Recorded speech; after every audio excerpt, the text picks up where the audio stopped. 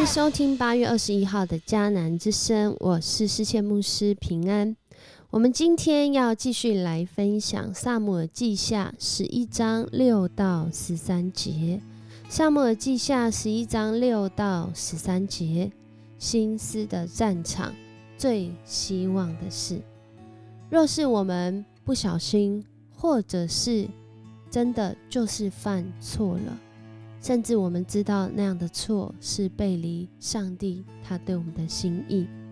我们最希望在当下我们能够怎么样子来回应，或者是怎么样子来改变现况呢？然而我们今天讲的最希望的是，讲的那个罪是罪恶的罪，最希望人会怎么样，最希望人会有什么样子的状态跟反应呢？在诗篇32篇3到4节，有人说这是大卫的训诲诗也是今天 RPG 祷告的经文，说到我闭口不认罪的时候，终日哭泣，身心疲乏。上主啊，你日夜惩罚我，我精疲力竭，像水汽在盛暑中蒸发，像那个水汽在夏天很热很热的时候就这样蒸发掉，好像一切都是这么的没有意义，没有价值。大卫在讲到这个诗篇的时候，好像就曾经历这样的过程。今天我们读的11章6到13节，就在这样的一个情况里面。因为当时大卫因着他自己所做的事，让拔示巴这位乌利亚的妻怀孕了。我们看见最希望的事，就是让你现在最终终日哭泣，身心疲乏，甚至好像就在经历一种惩罚一样哦。所以一位德国很有名的教育学家、哲学家他的中文翻译叫赫尔巴特，他说，相信谎言的人必将在真理之前毁灭。当我们做了一件错的事，我们心中难免会有恐惧，难免会有害怕，难免会担心我们即将要承担一个我们付不起的代价。然而当我们这样去思考的时候，有时候它就像谎言抓住你一样，譬如说就是告诉你说你就是没有用，如果你承认这件事，你再也没有机会翻身，如果你承认这件事，你再也没有可能恢复关系，如果你承认这件事，你所有的一切都会归零，而且你没有机会重新再起。这些话好像听起来都很对哦，但是它就像谎言抓住一个人一样，抓住之后，为了不让自己陷于更糟的情境里面，而且那个更糟情境是自己想象出来的，所以我们不认罪，我们不改变，我们不承认，我们不去调整自己的做法甚至想法。所以一个相信谎言的人，就像今天我们看见的大卫派人告诉约押说，你打发赫人乌利亚到我这里来。他发现拔示巴怀孕之后，他把在前线打仗的乌利亚他们后来回来这时候回来之后，他竟然要乌利亚来到他面前，要做什么呢？表面上我们看是要问前线的情况好不好，其实在希伯来文的翻译里面呢，他问了3个好不好，乌利亚好不好，前线情况好不好，现在的情况好不好。在问这些好不好的时候，其实背后带着一个含义第3个应该是你家里好不好，意思就是要乌利亚回家，让他回家，让他跟他的太太在一起，以至于他自己所做的丑事不会被扛，不会被人发现。其实很多的时候，人在那个做错当中不知道怎么面对的时候，如果我们生命中没有真理，我们生命中没有一位能够指教我们带领我们的主，我们没有让主来做主，而是我们自己做主的时候，我们真的就很容易一错再错。就像乌利亚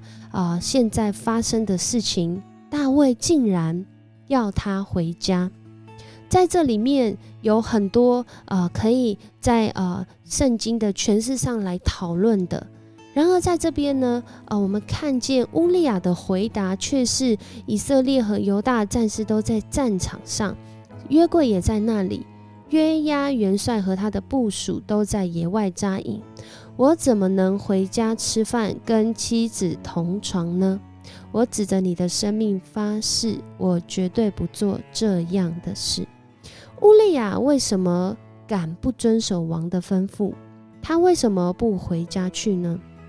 大卫在这里除了觉得很惊讶觉得自己心里所想的目的没有达到之外，他后来又继续大卫就跟他讲说，那么你今天再留在这里，明天我送你回去。大卫有另外一个计谋产生，就是希望让他跟自己一起吃喝喝醉，以至于他可以回家跟他的太太同寝。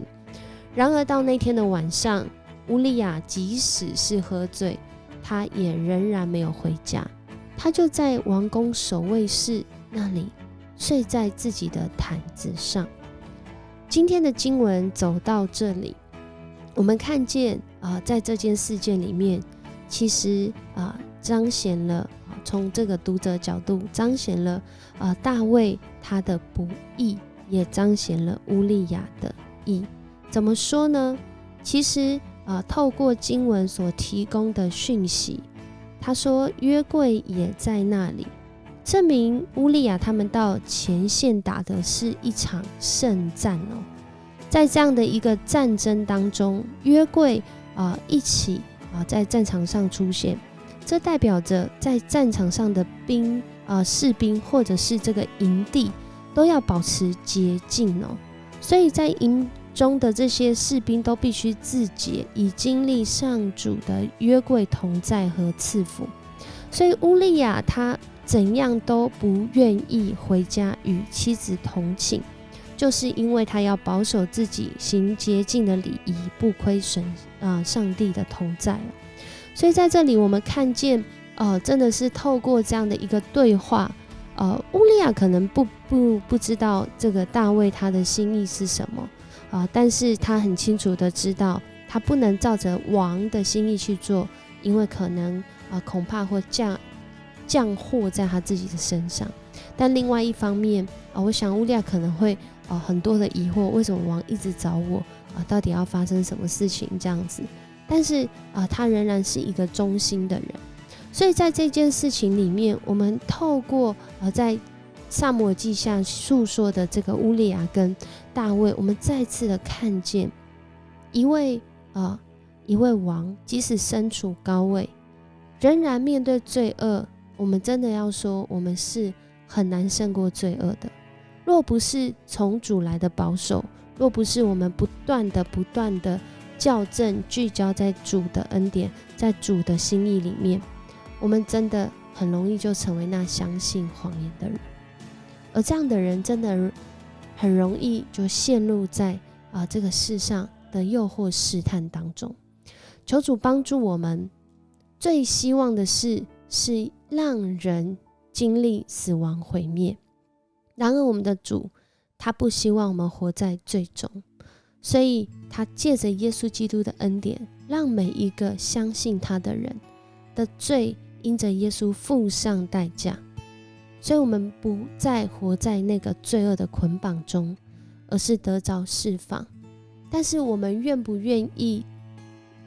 走进这第一步呢？第一步就是要先来承认自己真的做错了，我们真的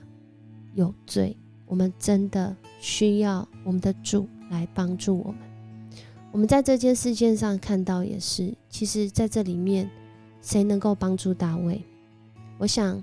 他已经高居王位，最能够帮助他的就是他的主上帝。而当他不愿意去寻求的时候，这真的是罪因为罪的心意罪的原来的意思就是没有射中靶心，偏离了上主的心意。我们怎样知道上主的心意呢？就是要回转到他的面前，就是要好好的来敬畏跟随他。所以我们来思想，我们的生活中有很多试探跟诱惑，我们如何不让罪得逞，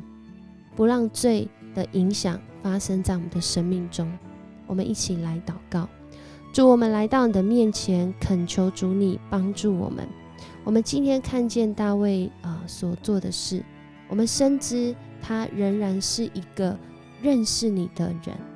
然而我们要说，即使我们认识你，我们仍然是软弱，我们仍然需要被主你来保护。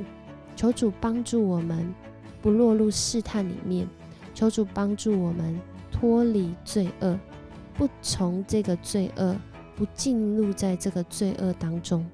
让我们真实的来看见主啊，在这么多试探诱惑中，我们唯独是要专注在你的心意里，使我们不致跌倒，即使我们可能会跌倒，也不让我们一错再错。谢谢你，你的恩典够我们用，保守我们在今天一天的生活中，走在你心意中，远离罪恶。谢谢你，这样祷告奉主耶稣的名求，阿们。很高兴跟你一起分享迦南之声，愿上主赐福你，让你走在真理前面，让你与真理同行，透过我们敬畏上主，活在每一天。我是世谦牧师，我们明天见。